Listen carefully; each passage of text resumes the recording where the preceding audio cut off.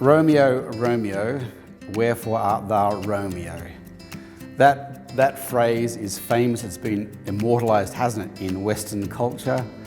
And it's the banner for one of the greatest love stories ever told. A story which is a celebration, really, about the power and intoxication of romantic love, and a love so strong that both Romeo and Juliet would rather die than be separated. And that question, Romeo, Romeo, wherefore art thou Romeo, sets up the whole romantic tragedy, doesn't it? Romeo, Romeo, why do you have to be Romeo? Why have I fallen in love with you? It's one of those classics right up there with, I think, When Harry Met Sally. That's up there in my book with books with Romeo and Juliet. Or another one, a favourite of mine is You've Got Mail with Tom Hanks and Meg Ryan. Maybe you've got your favourite rom-com. There are many celebrations of romantic love, aren't there? And so my question for us today is, what does the Bible say about romantic love? I suspect that some of us think pretty much it's silent on the topic, even though it's so prevalent in our society. What does the Bible say about romantic love? Well, I'm glad to say that the Bible actually has quite a lot to say about romantic love in the book of Song of Songs, which is a part of wisdom literature. And that alone, I think, should cement into our thinking how important romantic love is. Wisdom literature is all about reflecting on the way the world works, what it's all about, how it functions. And as an important part of this wisdom literature in the Bible, how does life work? It has a whole meditation upon romantic love. And so what does the Bible say about romantic love? Well, there are two things that I want to point out about it from the biblical perspective. The first thing is, romance is a tremendous gift. The second thing I want to say is romance is a terrible God. Romance is a tremendous gift, but it's a terrible God. First up, romance is a tremendous gift. Just listen to the words from Song of Songs as the lover sings to the beloved. Your lips drop sweetness as the honeycomb, my bride. Milk and honey are under your tongue. The fragrance of your garments is like the fragrance of Lebanon. I don't know really what the fragrance of Lebanon is or why it's so great, but apparently it's magnificent. That's what her garments smell like, the fragrance of Lebanon. Yeehaw! You are a garden locked up, my sister, my bride. You are a spring enclosed, a sealed fountain. You're gorgeous and abundant and life-giving to me, but until we're actually together and married in one flesh, you're locked off from me, and I desire you. Your plants are an orchard of pomegranates with choice fruits, with henna and nard.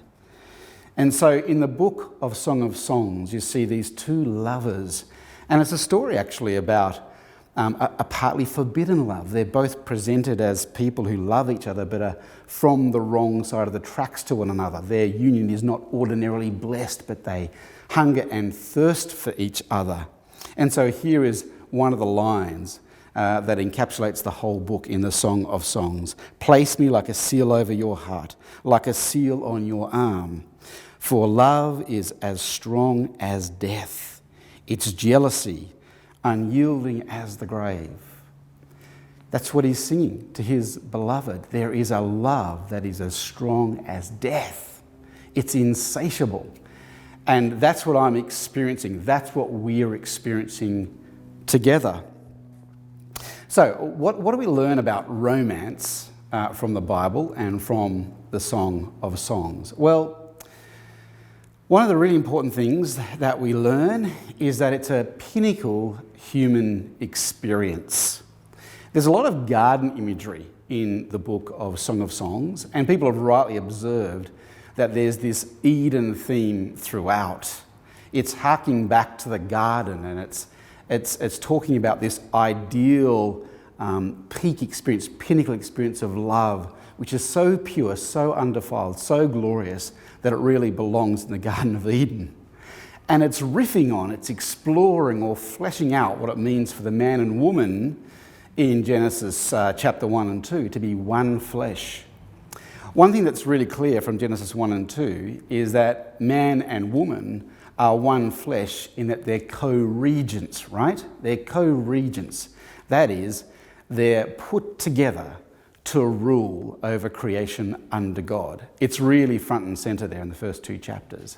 What isn't so front and centre, but implied in Genesis 1 and 2, is that they're also one flesh, sexually, romantically. I mean, we take it, that they're one fleshness as an indication that it's a sexual union, and it even says there in the passage it was, but not much else is said about it. But here in Song of Songs, it's really fleshing that out, and it's saying to be one flesh is to have this romantic love, this bond which is as strong as death, and it's glorious. So, what is Song of Songs saying about romance? Well, it's a part of the glorious created order. It's one of the greatest, if not the greatest experience of love you can experience under the sun as a creature in God's creation, the ultimate expression, in one sense, of one fleshness.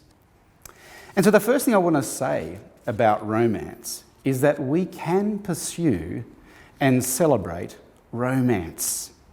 It's a good gift from God. So a married man ought to proactively seek romance in marriage.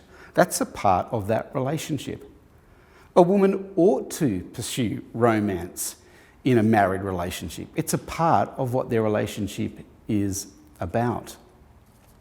And single people, there is a sense in which it is totally right and appropriate for you to long for romance and to even pursue a romantic relationship. It's a perfectly natural longing. It's a little bit like someone on a bushwalk. I just think of some of the bushwalks I used to go on in Tassie when I lived there. You'd be trudging through the Tasmanian highlands. Even in summer, it would be freezing cold. Your feet would be sodden from the snow and the rain, and it'd be a long trek, and you'd be hungry and tired and cold to the bone, and you'd just be longing for the campsite or the log cabin with a crackling fire and food to fill your belly and some water to rehydrate. You're longing for that log cabin and the crackling fire. And that's perfectly natural, isn't it? That's what you'd expect. That's the way God has made us. Similarly, there's nothing base about longing after romantic love, romantic relationship. It is the way that God has created us. And there are few more rich or fulfilling experiences in life than actually being in love and being in a marriage relationship where there is that romantic love that can be cultivated. It's a good gift from God to be celebrated and pursued. And negatively, there is no place, and we mustn't condescendingly dismiss romance. This can happen, can't it, sometimes for us in our Christian culture. We can sort of look down on rom-coms and people are into romance as people who are, they're there and they're funny, but, real Christians, hardcore Christians, they're just all on about the gospel. They don't have time for romance. Well, I'll remind you of those words in Timothy. Do you remember what Timothy says to Paul? There are some teachers, false teachers. They forbid people to marry and order them to abstain from certain foods. That's what it means to be hardcore and sold out for God, right? But God created these things to be received with thanksgiving by those who believe and know the truth. If you believe in God and you believe in the lordship of Christ, you know that He created and gifted us romantic love. It is not to be condescendingly dismissed. There is a place, sorry to say this for some of you out there, there is a place for the rom-com. There is something good and healthy and noble about the rom-com. Not entirely, but there's a place for it. But having said that it's a tremendous gift from God, it's also important to point out, isn't it? It's also important to point out that romantic love is a terrible God. It's a tremendous gift, but like so many gifts from God, those gifts, when turned into a God, are a terrible God. Great gift, terrible God. There's a line, a pretty famous line in Song of Songs, which says, "Do not awaken love until it so desires." Do not awaken love until it so desires. The point is, there is a time and place for romantic love. It's not to be pursued in an unfettered manner. There are preconditions. There is something greater than pursuing romantic love. And that greater thing is the pursuit of God. So as a Christian, what should we pursue? Well, the Lord Jesus Christ. Pursue God. And if in the pursuit of Christ as Lord and the one who drives your life, you stumble upon and you find romantic love, rejoice. Thank God for it. Receive it with thanksgiving. You're not a second-class Christian for indulging romantic love. By no means. It's a great and good gift from God. But on the flip side, don't pursue romance and receive God as a good gift on the side. Tragically, I've seen this play out in a couple of friends' lives, where what they're really driven by is not just romantic relationships, but a romantic view of life. It's all about travel and good food and great experiences, and yes, that includes romantic relationships. I know of some Christians who've pursued this without any real regard for the Lordship of Christ, so they'll happily date and walk along the path to marrying non-Christians, and they want God to fit into that pursuit. They're pursuing romantic love or romantic view of life and hoping that they can receive God as a gift on the side. But that's the very reverse of how it ought to be, right? Romance, great gift, terrible God. I remember a friend of mine, and I don't think this is telling tales out of school. It was a long time ago in another world that we were actually flatmates. We were in this share house together. And she was a dear friend, and she was single, and she was a long-term single person. But all she wanted in life was a romantic relationship. And often she'd come home from working 9 to 5, exchange a few pleasantries, would have dinner together, then she'd go off to bed, and we all knew. And she'd talk about it. She had a stash of romance novels under her bed, and she would just plough through them endlessly. She loved her romance novels. And really, she was a Christian. That's tragic. Because whilst romance is a great gift to receive, for which we should be thankful for, if you turn it into a god, it can distort your reason for being, and it can take you away from the gifts that are before you rather than the gifts you're pursuing. You see, all around her, she had great Christian friends. She had a great church community. She had many ways in which she could serve the gospel. But honestly, she spent so much time pursuing romantic relationships. She didn't have energy or time for these gifts that were right there at her feet to be enjoyed. Great gift, terrible God. And finally, I want to say, ultimately the Bible lands on, don't just pursue God, but pursue God because in God we find the greatest love. You heard me say before, from a Song of Songs, there is a love as strong as death.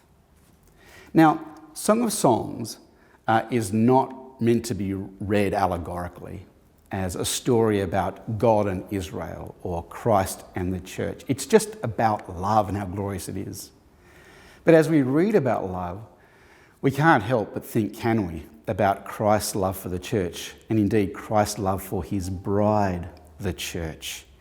You see, that's held up in the Bible as the ultimate expression of love between the bride and the groom, Christ's love for his church. And literally, Christ's love for the church is as strong as death, as in it defeats it. It goes toe to toe, and it takes it to task, and it battles it, and it wins. Christ's love for the church is as strong as death. He can actually defeat death because of his love for his bride. That is the love we are to pursue. And Song of Songs is just but a taste of the glory of the experience of knowing Christ in eternity.